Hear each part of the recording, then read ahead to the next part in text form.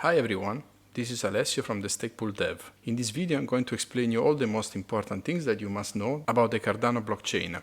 Let's go!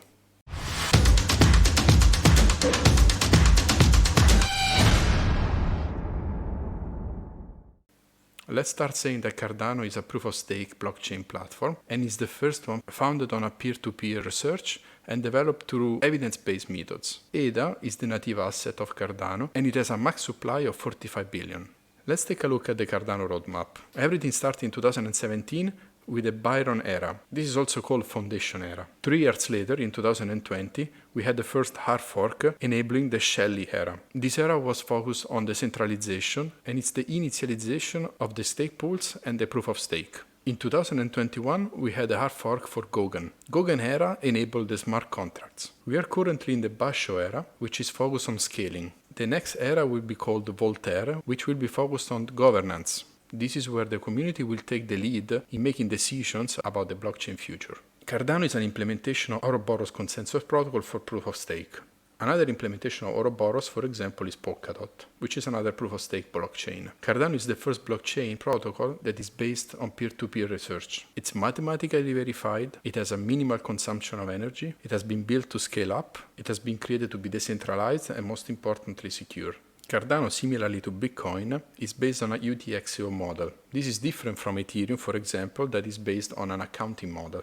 From the Alonso hard fork, however, Cardano introduced the Extended Unspent Transaction Output, or UTXO, which enabled the support of smart contracts and multi-assets. In the future I will make a video explaining in details the UTXO model. A very cool website is utxo.org. This website will show you every 20 seconds that a block is minted, its content. In this case we can see that this block contains a bunch of transactions. Here, for example, we can see that there's going to be another block very soon. And here it is. We can see that, for example, this block contains many transactions, where each transaction actually can contain assets, can contain scripts. Scripts are basically smart contracts. It can contain, for example, scripts from decentralized exchanges, like in this case MinSwap. It can also contain native assets, and it can also contain, like in this case, an NFT. Let's talk about epochs. An epoch in Cardano lasts 5 days. Every 20 seconds a block is minted. And as we saw before, each block contains many transactions, tokens, smart contracts and so on. It is important to know that the blocks are pre-assigned to the stake pools at the end of the current epoch for the next one. The Shelley era introduced like a different type of address. This is done by the batch 32 format. As we can see here, we have a control stake address, which usually starts with a stake 1, and a basic address, which starts with add 1. It's important to know that a control stake address is usually tied together with a wallet or with an account, and each account can contain many basic addresses. If we go to cardanoscan.io, we can have a look at one of the wallets. Let's take this address, for example, in this recent transaction. This address, as we said, is attached to a control stake key, which is down here. This is actually the wallet account. As we can see, this wallet account is delegated to EVE2 stake pool, and it has a certain amount of control stake. And as we can see, we can also access all the addresses connected to this account. In this case, it's only one, but it can be up to 100 or even more. Each basic address is connected to a UTXO that we already saw before. The Cardano network is based on proof of stake with a secure network of more than 3,000 pools. Each pool has usually more than 3 nodes, which makes Cardano highly decentralized. The staking rewards for the delegators are usually 3.5% on an annual basis.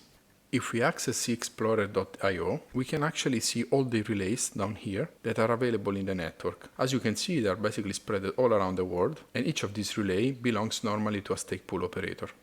Cardano supports native assets in form of fungible tokens or non-fungible tokens. This is different from, for example, Ethereum, where you need smart contracts to mint new tokens or new NFTs. In this case, in Cardano, since they're native, you don't need anything and anyone can actually mint new assets.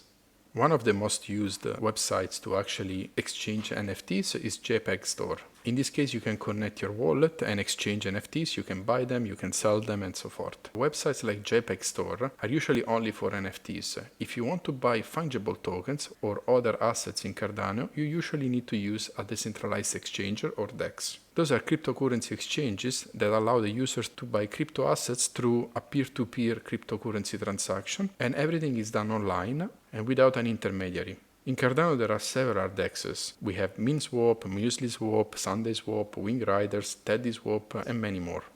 A cryptocurrency wallet is a safe place where you can access your tokens and your assets in the Cardano blockchain in a very secure way. There are usually different types of wallets. We have desktop wallets like Daedalus, we have online wallets like for example Eterna, and we have mobile wallets.